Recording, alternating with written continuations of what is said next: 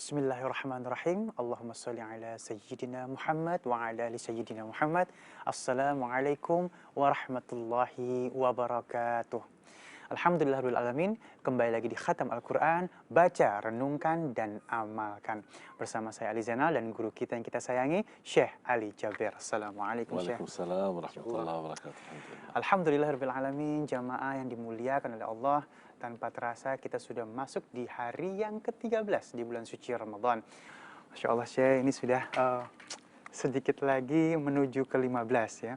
Artinya mari kita tetap semangat ya ibadahnya ya. Jangan sampai kalau nggak salah pernah kita bahas, ini semakin kemari masjidnya semakin kosong ya, tarawihnya semakin sepi ya. Insya Allah mudah-mudahan tidak seperti itu. Baik Syekh, saat lagi kita akan coba untuk menghatamkan juz 13. Kira-kira inti dan tema di juz ini seperti apa? Bismillahirrahmanirrahim. Alhamdulillahirabbil alamin. Allahumma shalli ala sayyidina Muhammad wa ala ali sayyidina Muhammad. Sebelum saya bahas isi juz 13, saya ingat cerita angka 13. Angka 13. Banyak orang terpengaruhi dengan kebiasaan dianggap ada angka sial. Betul. Ya. Atau ada hari sial. Atau ada bulan sial. Makanya kadang-kadang ada orang suka bertanya, kalau saya mau nikah, hari apa yang bagus? Yang bagus.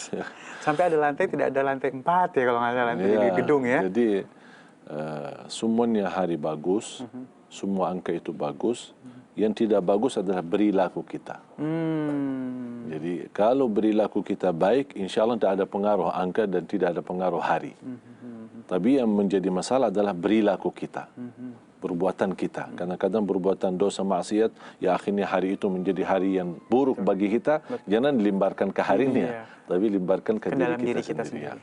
Dan itu memang ada juga di juz 13. Allah SWT membahas terdiri juz 13 itu ada dua surah. Surah Ar-Ra'd dan surah Ibrahim. Dan surah Ar-Ra'd menurut saya surah yang cukup pendek, tidak terlalu panjang dibanding surah Al-A'raf, surah Asy-Syu'ara, Al-Baqarah, Ali Imran. Tapi subhanallah banyak Allah SWT menceritakan tentang kekuasaannya.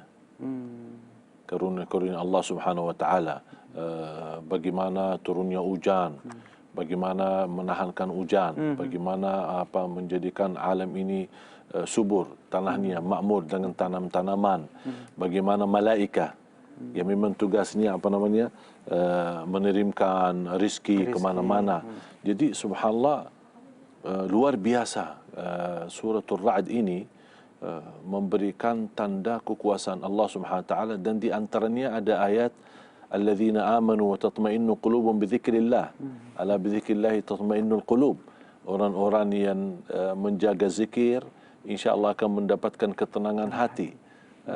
Kemudian Allah Subhanahu wa taala menceritakan bagaimana beristiwa di hari kiamat. Jadi ini semua jadi bagi kita orang muslim, kita memang perlu mempelajari, ada istilahnya ta'ammulat Qur'aniyah, mempelajari juz ini secara keseluruhan dan bisa juga mendalami secara satu persatu. Misal contoh di kisah habis surah Ar-Ra'd kan ada surah Ibrahim. Surah Ibrahim alaihissalam ini merupakan surah yang membawa nama Nabi. Sebagaimana ada surah Nuh, ada surah Ibrahim, ada surah Hud, ya, ada surah Muhammad. Ya, kemudian ada juga surah Maryam, Siti Maryam alaihissalam. Jadi salah satu ayat surat Ibrahim kan banyak cerita sebenarnya. Banyak cerita, tapi yang salah satu yang cukup menarik perhatian saya, selain doa Nabi Ibrahim memohon kepada Allah Subhanahu wa taala, bahkan doanya memohon aman. Rabbi ja'al hadzal balada aminan wajnubni wa bani an na'budal asnam. Ya Allah, jauhkan kami dan keturunan kami dari menyembah batung-batung. Tapi dia mendahulukan nikmat aman sebelum hal-hal yang lain. Mengapa? Karena nikmat aman itu sangat penting untuk kita jaga. Ya, sekarang alhamdulillah di negeri kita Indonesia kan aman. Betul. Ya. Kalau adanya aman, kita bisa mudah cari nafkah rezeki, kita Ibadah bisa enak. beraktivitas, ibadah lancar. Coba kalau kita lagi dalam kondisi perang, kita ketakutan susah kalau tidak semuanya. bisa kemana-mana. Iya, betul. Jadi ini harus kita juga perhatikan. Salah satu ayat yang sering menyentuh perasaan hati saya adalah ayat surah Ibrahim di juz 13 ini, ayat 22. Ini berdialog kita nanti di hadapan syaitan di hari kiamat. Wa qala asy-syaitanu lamma qudiya al-amru inna Allaha wa'adakum wa'dal haqq wa wa'adtukum fa akhlaftukum wa ma kana li 'alaykum min sultan illa an da'awtukum fastajabtum li fala talumuni wa lumu anfusakum ma ana bimusrikhikum wa ma antum bimusrikhi inni kafartu bima asyraktumuni min qabl inna Allaha la yahdi adh-dhalimin. Jadi ayat surat Ibrahim ini, ayat 22 ini, syaitan sudah habis, sudah selesai hisab, sudah hari kiamat, sudah ini semuanya, sudah jelas ahli surga siapa, sudah jelas ahli neraka siapa. Ahli neraka ini yang berdebat sama syaitan. Gimana ini kita selama ini di dunia kan mengikuti syaitan. Apa yang kamu arahkan kita ikuti. Sekarang gimana kamu tidak bisa tolong kami? Kata syaitan, saya di masa dunia tidak punya kuasa. Saya tidak pernah mukul kalian, saya tidak pernah maksa kalian. Saya cuma ajak kalian terlalu cepat respon mengikuti saya. Ya Allah. Itu makanya kata syaitan, itu menambah beban perasaan. Jadi bukan hanya tersiksa jasmani mereka di neraka jahanam, tapi terbeban lagi dengan tersiksa perasaan dengan ucapan syaitan. Aku tidak bisa apa-apa. Aku sama juga sama kalian masuk neraka. Makanya ayat ini sebenarnya kalau kita belajar dan hayati cukup akan menyadarkan kita sebagai orang-orang yang ingin tidak terjadi hal ini nanti di hari kiamat. Ayat surah Ibrahim ayat 22. 22 ya. Baik, Masya Allah, luar biasa. Dan kemana-mana tetap bersama kami di Khatam Al-Quran, baca, renungkan, dan amalkan.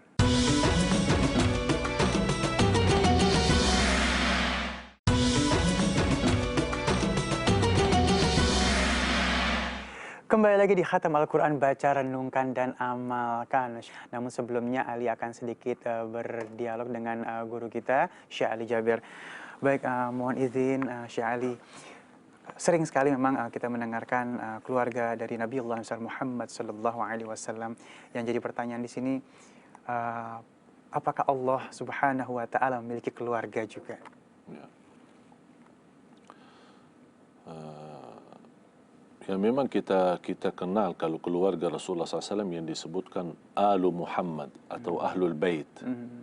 Ya, Ahlul Bait yang kita sering kan kita baca Allahumma salli ala Muhammadin wa ala Ali Muhammad. Ya, karena itu Ali kan ada keluarga. Apakah Allah Subhanahu Wa Taala memiliki keluarga dari kalangan manusia? Ya, ada keluarga Allah Subhanahu Wa Taala. Bukan berarti kalau kita sebut kata keluarga berarti ada hubungan darah. Beda sama keluarga Rasulullah. Kalau keluarga saya memang ada hubungan nasab, ada hubungan darah di situ. Tapi kalau keluarga Allah Subhanahu Wa Taala tidak ada hubungan darah. Tapi mengapa Allah Subhanahu Wa Taala berkenan mengangkat mereka ini menjadi keluarga Allah Subhanahu Wa Taala? Karena Al-Quran. Sampai Rasulullah SAW bersabda, Inna lillahi ahluna wa khasun. Allah memiliki ahli dan bahkan ahli itu adalah spesial. Spesial. Keluarga Allah Subhanahu Wa Taala. Kekeluargaan yang spesial. Sahabat bertanya, Allah punya keluarga apa? Siapa ya Rasulullah SAW? Rasulullah SAW bersabda, Ahlul Quran. Hum ahlullahi wa khassatu. Ahlul Quran adalah ahlullah, keluarga Allah. Kenapa disebut keluarga Allah? Karena nanti di hari kiamat mereka ini akan diangkat. Orang-orang di dunia ini yang selama ini apalagi di bulan suci Ramadan memperhatikan Al-Quran. Bahkan ulama berkata Ahlul Quran tidak terlepas dari 4 hal. Ahlul Quran yang membaca Al-Quran, yang menghafal Al-Quran keseluruhan maupun sebagian. Menghafal dari Al-Fatihah sampai An-Nas itu Ahlul Quran. Menghafal An-Nas sampai An-Nas insya-Allah Ahlul Quran. Faham enggak An-Nas sampai An-Nas? Cuma satu surah. Situ aja ya, surah aja ya. Jadi intinya layaknya bagi orang mukmin hafal Al-Quran. Walaupun tidak 30 juz, tapi ada yang dia hafal. Harus ada yang dihafal. Ya. Kemudian ahlul Quran adalah yang mentadabburi dan menhayati isi Al-Quran. Dan ini alhamdulillah salah satu acara yang membantu. Jadi kita di sini bukan hanya di acara khatam Al-Quran ini, bukan hanya mengkhatamkan Al-Quran 30 juz setiap hari 1 juz, tapi juga sekalian kita kupas dan menhayati isinya. Walaupun tidak secara full setiap ayat, tapi kita bisa mendapatkan wawasan dari ilmu baru buat kita. Terus yang keempat adalah yang menamalkan. Kata menamalkan, tidak mungkin kita mampu menamalkan semua isi Al-Quran. Tapi banyak orang berkata, daripada saya salah dan berdosa, mendingan tidak usah baca. Karena saya tidak bisa menamalkan. Dia karena alasan tidak bisa menamalkan, tidak mau baca. Dan semestinya, walaupun dia belum mampu menamalkan secara baik, tetap baca.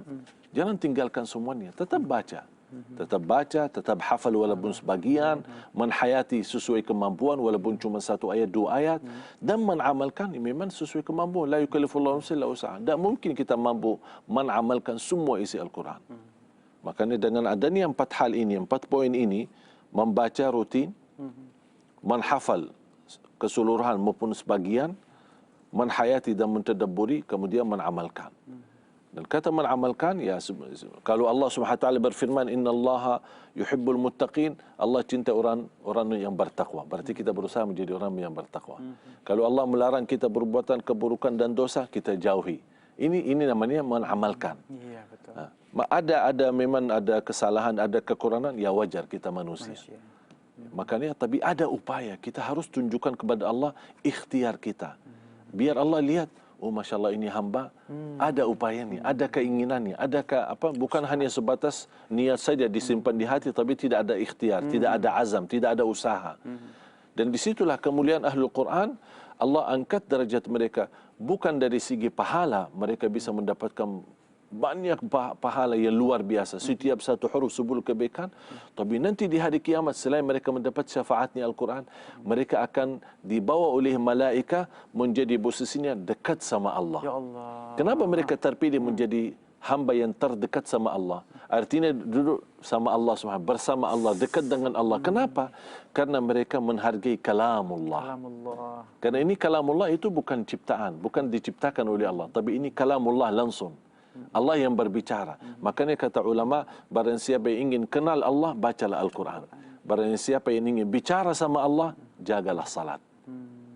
Makanya kita kalau ingin menjadi keluarga Allah, perhatikanlah Al-Quran. Apalagi kesempatan ini di bulan suci Ramadan. Masya Allah ya. Tetap bersama kami di Khatam Al-Quran, baca, renungkan, amalkan.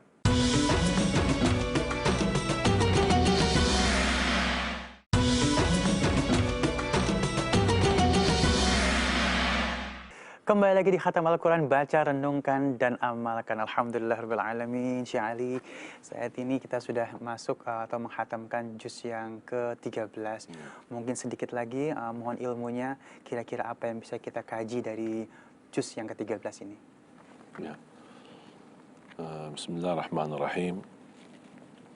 Sebagaimana saya tadi jelaskan di surat Ibrahim, kan ada ayat 22 yang tadi Rasulullah SAW pernah bersabda, nanti akan ada di sebelahnya neraka Jahannam, ada mimbar yang akan dinaiki oleh setan. Ya Allah.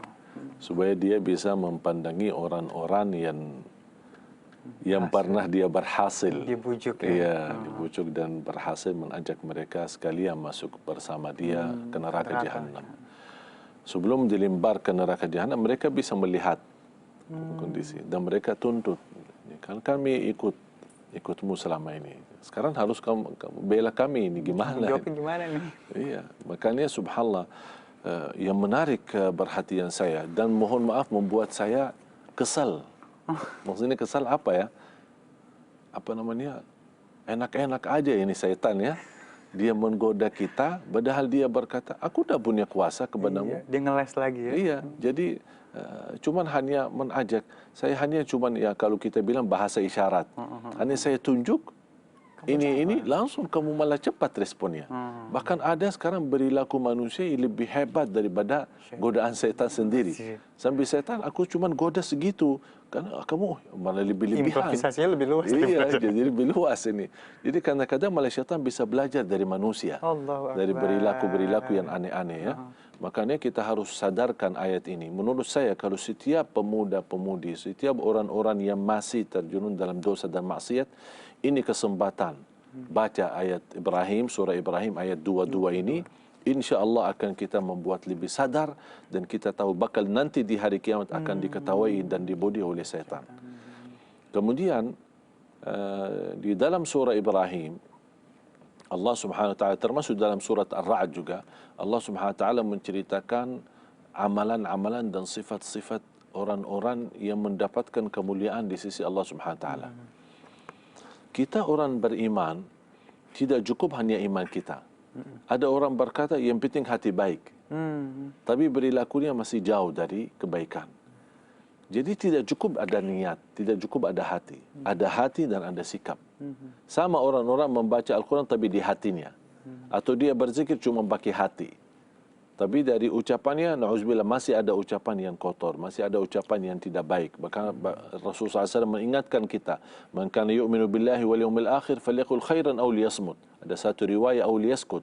Barang siapa iman kepada Allah dan hari akhir, berkatalah yang baik atau diam. Jadi kita lebih baik memilih diam. Dan ini salah satu sifat kemuliaan seorang mukmin yang dia bisa menjaga lisannya. Salah satu juga amalan yang mulia yang dianjurkan dan diberikan perhatian oleh Islam, khususnya di juz 13 ini, adalah menepati janji. Memenuhi janji. Kita sekarang terlalu gampang soal janji. Iya, betul. Apalagi perjanjian yang tertulis. Misal pinjaman atau kerjasama. Tapi Rasulullah SAW pernah berkata, Allah Subhanahu wa taala menjanjikan keberkahan kedua orang yang ada ikatan kerjasama selama tidak ada niat saling mengkhianati. Artinya ketika kita sudah ada niat, misal saya mengajak Mas Ali untuk kita bikin bisnis lah. Supaya kita istilahnya aman sejarah Islam, kita harus tertulis. Mohon maaf, saling percaya boleh, saling sayang boleh, saling tidak meragukan itu boleh, tapi tetap wajib tertulis. Walaupun itu saudara sendiri, walaupun itu adik, walaupun itu kakak, walaupun itu ayah, tetap tertulis. Karena itu ajaran Islam. Mengapa? Supaya tidak menimbulkan hal-hal yang tidak diinginkan.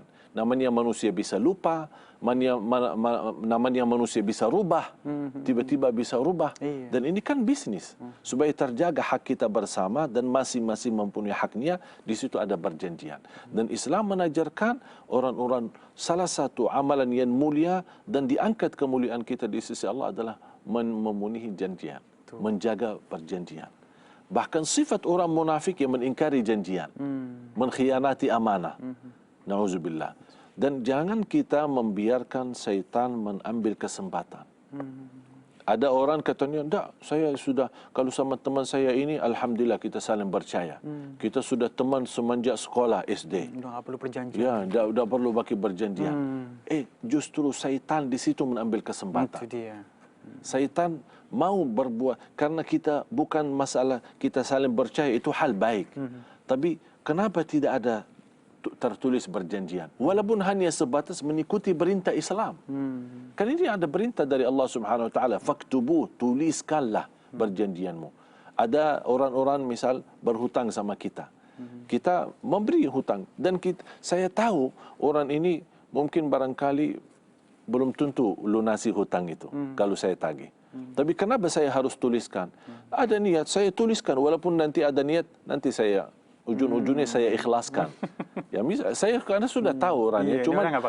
Cuman kenapa saya tuliskan? Memang ujung-ujungnya walaupun saya mau ikhlaskan, karena kita menuliskan supaya terlepas dari melanggar aturan Islam. Kalau kita tidak menulis berarti kita berdosa. Dan disitulah mulai berkesempatan digoda oleh syaitan. Banyak sekarang masalah, termasuk masalah, mohon maaf, masalah warisan. Iya, itu paling banyak. Itu paling parah. Padahal misal orang tua, seorang ayah meninggal dunia, meninggalkan harta yang banyak. Walaupun ibu masih ada, tapi kenapa tidak dibagi warisannya? Katanya kita kan kakak adik, kita masih alhamdulillah baik-baik aja. Kemudian masih ibu kita Masih hidup. ada. Imam harus ibu meninggal baru bagi warisan. Kan ini kan ada harta ayah. Harta ayah itu yang harus dibagikan. Walaupun dibagikan secara tertulis. Walaupun tidak dibagi misal beberapa ini berbenda, tapi secara tertulis sudah jelas. Nasib ibu berapa, nasib anak yang laki berapa, nasib anak yang perempuan berapa. Masing-masing harus jelas. Supaya besok seandainya timbul satu masalah, ada keselisihan atau perbedaan di antara kita, kita alhamdulillah masih ada bukti tertulis. Kita saling mengingatkan. Kalau mungkin kita bisa menjaga diri dari permasalahan timbul di keluarga. Tapi apakah bisa Anda menjaminkan harta ini tidak diributi oleh nanti keturunan kita nanti, cucu kita nanti? Itu selama kita tidak memenuhi dan tidak menjaga masalah hak kita, Allah Subhanahu wa taala tidak akan memaafkan. Misal contoh, kalau ada orang berlaku dosa, tinggal hanya taubat, mohon ampun, Allah ampuni. Tapi kalau ada orang misal mencuri, ambil harta orang lain, biarpun dia taubat, tahajud setiap malam, haji setiap tahun, puasa setiap Ramadan, selama dia belum kembalikan hak orang yang bersangkutan, Allah tidak akan memaafkan. Karena Allah tidak mau ikut campur urusan hablum minan nas itu. Kalau kekurangan kita dalam ibadah, masih Allah mau memaafkan. Kalau kita ada niat mau berbaiki diri menjadi lebih baik. Misal ada orang bocor salatnya, kadang salat, kadang tidak. Masih kalau dia kembali lagi taubat, Allah pasti ampuni. Tapi kalau dia menipu orang, berbohong sama orang, mencuri harta orang, atau dia misal bekerja di satu tempat, diberikan kepercayaan menjaga keuangan di tempat itu. Tapi dia setiap hari ambillah uang sedikit. Mungkin nampaknya tidak terlihat. Karena kecil-kecil atau angka yang tidak begitu besar diambil. Tapi lama-kelamaan menjadi besar. Dan kalau dia meninggal dunia, itu bisa menjadi beban nanti di akhirat. Na'udzubillah. Karena hakun nas, haknya manusia, Allah Subhanahu wa taala tidak akan memaafkan. Sampai manusia yang bersangkutan, dia ikhlaskan dan memaafkan. Dan ini salah satu, mengapa kita harus menjaga janji, karena salah satu memenuhi janji, menuliskan perjanjian itu, akan saling menjaga hak kita bersama. Kita terjaga, saya tidak akan menzalimi dia, dia tidak akan berkesempatan menzalimi saya karena sudah semuanya tertulis. Kuat di mata hukum dan kuat di mata Islam. Di mata Allah Subhanahu wa taala. Makanya jamaah sekalian, jangan kita terbiasa dan membawa sifat orang munafik. Gampang-gampang nanti ujung-ujungnya masuk. Nanti terpaksa bohong karena tidak mau disalah sangka. Bohong karena tidak mau dihukum. Bohong karena tidak mau dianggap penipu. Akhirnya terpaksa karena itu membawa sifat munafik. Mengkhianati amanah itu sudah membawa sifat munafik. Mengingkari janji berarti sudah terbawa sifat munafik. Dan kita semua menjalani ini semua butuh sabar. Tidak akan gampang kita menjaga ini ya. Mungkin ada orang teman kita, ayo kita berjanjian. Enak, masa tidak percaya sama saya? Mungkin dia bisa tersinggung. Ini makanya ada ibadah sabar. Kita sabar menjalani perintah Allah Subhanahu wa taala karena Allah menjanjikan orang yang sabar untuk meraih ridha Allah Subhanahu wa taala pasti dijamin diberikan kemuliaan dan keridhaan Allah dunia dan akhirat. Masya Allah, luar biasa ya. Ini jadi memang kita yang sudah diatur sama Islam ini sudah sempurna ya. Kita tinggal ikut aja, insya Allah selamat dunia akhirat. Amin ya rabbal alamin.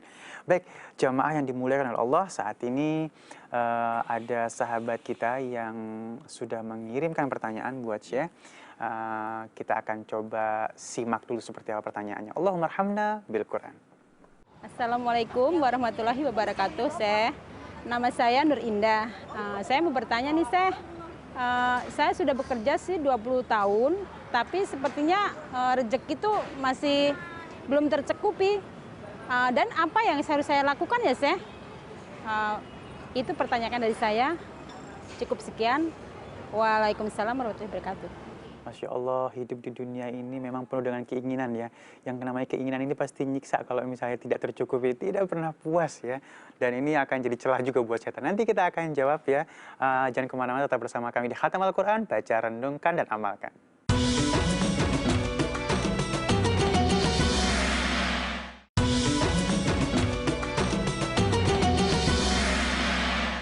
Kembali lagi di Khatam Al-Quran, baca, renungkan, dan amalkan.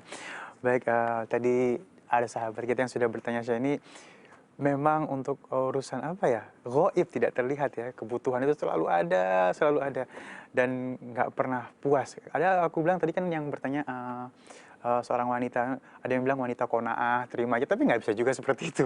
Kadang-kadang udah kok, saya udah kerja semua, tetap uang semakin besar lagi kebutuhannya, semakin besar lagi kebutuhannya. Ini untuk menyikapinya gimana sih? Ya syukur. Nah, Maksudnya syukur, nikmati apa adanya. Syukuri yang sudah ada, dijamin yang belum ada jadi ada. Masya Allah, amin, Insya Allah, amin. Jadi kita, masalahnya manusia itu tak bakal puas. Sebenarnya namanya indah. Indah ya. Nur indah ya. Jadi nikmati keindahan di dunia ini. Jangan fikirkan yang lain. Orang mukmin dia tak mau fikirkan besok. Karena kita tidak ada jaminan hidup sampai besok. Kenapa sekarang banyak orang stres? Karena dia fikir besok. Bagaimana punya rumah, bagaimana punya kendaraan, bagaimana besok kalau saya nikah, bagaimana kalau sudah punya anak, bagaimana bisa urusi anak. Padahal dia ini kan masih cita-cita. Belum sampai menwujudkan, berlangkah cita-citanya sudah mati. Berarti ini semua cita-citanya bobar, tidak ada apa-apanya, tidak ada artinya. Makanya jangan fikirkan besok. Orang mukmin memfikirkan cuma 2 hari. Hari kemarin mudah-mudahan yang baik, mudah-mudahan diterima oleh Allah. Yang buruk mohon ampun. Jadi hari ini tugas kita memohon ampun terhadap perilaku yang kemarin. Hari ini bagi orang mukmin, hari yang kedua adalah hari ini adalah hari hidup kita. Begitu kita bangun tidur, alhamdulilladzi ahyana, berarti masih hidup. Alladzi ahyana ba'da ma mata wa ilaihi nusyur. Nikmatilah hari ini, jangan fikir besok. Nikmati hari ini. Dan kita coba, dia tadi berkata 20 tahun. Mohon maaf, kalau 100 tahun bekerja, tidak bakal puas dari dunia ini.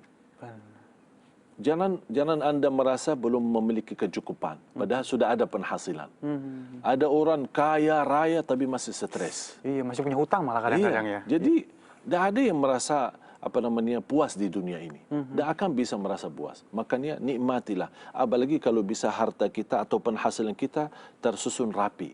Jadi masalah kita tidak ada tertulis. Kita umat yang seharusnya umat teratur, tapi banyak tidak atur dalam kehidupannya. Seharusnya kalau misal hasil saya 1 bulan 5 juta, kenapa tidak tertulis berapa yang kita simpan di tabungan, berapa buat belanja, berapa yang buat sedekah, dan berapa yang saya bisa hadiahkan, bisa buat orang tua. Ini harus tertulis.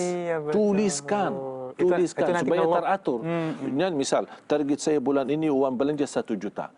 Jadi ada barang, ini promo ada. Jangan. Harus sudah sepakat komitmen tidak boleh belanja karena sudah melebihi limit 1 juta. Tapi karena kita ikuti nafsu mau belanja, ada promo sana, ada promo sini, akhirnya kehabisan. Tabungan tidak terjaga, buat orang tua tidak ada, akhirnya merasa tidak cukup. Makanya karena kita manusia tidak mengatur kehidupan kita. Padahal Islam sudah memberikan sistem mengatur kehidupan kita supaya kita bisa menikmati apa yang kita miliki, apa yang kita hasilkan, dan juga bisa juga berguna bagi orang lain. Oh, Masya Allah ya. Kalau sudah kita punya aturan, tinggal kita taat sama aturan itu. Jangan kita udah bikin aturan, kita cross the line lagi. Nggak cukup lagi hidup ya. Baik, Masya Allah. Sekarang saatnya kita untuk mendengarkan store bacaan dari sahabat Instagram kita. Ada @iswawan95. Allahummarhamna bil Quran. Silahkan. A'udzu billahi minasy syaithanir rajim. Bismillahirrahmanirrahim. Wala ajrul akhirati khairul lilladzina amanu wa kanu yattaqun. Shadaqallahul azim.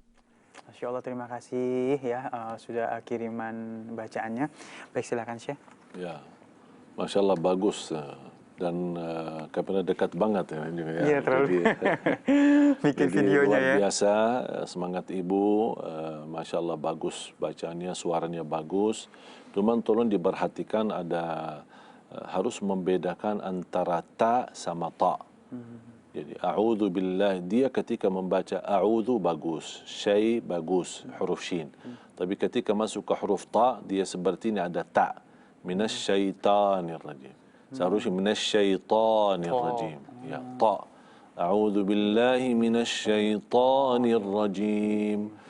Kemudian ketika dia ke huruf tasdid seperti bismillah, dia terlalu tekan. Apalagi huruf lam, ya. Karena di Indonesia belum bisa lam Al-Quran. Karena lidah kita terlalu tinggi, ya. Padahal bahasa lam di dalam Al-Quran tipis. Al. Jadi latihannya ujung lidah ini dia ke langit-langit tapi di dekat gigi. Tapi tidak menyentuh gigi depan. Jadi al. Banyak kan orang al kan? Ya, makanya kita harus latihan al. Kalau orang bilang apel bagaimana? Apel. Kalau di sini kan apel. Ya, ini kan salah. Jadi terpengaruh membawa dalam ayat Al-Quran. Makanya tadi dia baca bismillahi. Bismillahi. Padahal seharusnya bismillahi. Jadi ujung lidah itu dia ke langit-langit tapi tidak menyentuh gigi. Tapi kalau dia ke belakang menyentuh atas, berarti dia akan keluar al. Lebih tebal lagi, ya. Ya, lebih. Jadi ridahkan lidahnya, turunkan ke depan, tapi tidak menyentuh gigi, baru akan keluar al dan sempurna. Bismillahi, bukan bismillahi. Ya. Kemudian ada juga ketika wala ajru, ada namanya huruf sukun, dan huruf jim yang sukun itu berarti huruf qalqalah. Kan ada 5 huruf qalqalah. Qaf, ta, ba, jim, dal. Qutbu jad. Beli baju di toko. Oh, Qutbu jad. Ya. Jadi kita harus tahu ketika ada huruf 5 huruf ini di antaranya yang sukun, kita harus kasih haknya qalqalah. Wala ajrul, bukan wala ajrul akhirati. Jadi menahankan, ya. Tapi bagus, luar biasa. Mudah-mudahan apa yang kita sampaikan, mudah-mudahan insyaAllah membuat dia dapat ilmunya, dan insyaAllah tidak menurani semangatnya. Betul. Kita bukan batahi semangatnya, tapi justru kita mendorong supaya karena kita harus belajar, terus belajar. Saya sampai sekarang masih terus belajar, sampai kita meninggal dunia masih semangat belajar. Masya Allah, alhamdulillah rabbil alamin. Dan jamaah yang dimuliakan oleh Allah, semua yang sudah berpartisipasi, baik tadi ada pertanyaan, ada stor bacaan, insya Allah ada hadiah masing-masing 1 buah Al-Quran. Semoga hadiah ini bermanfaat.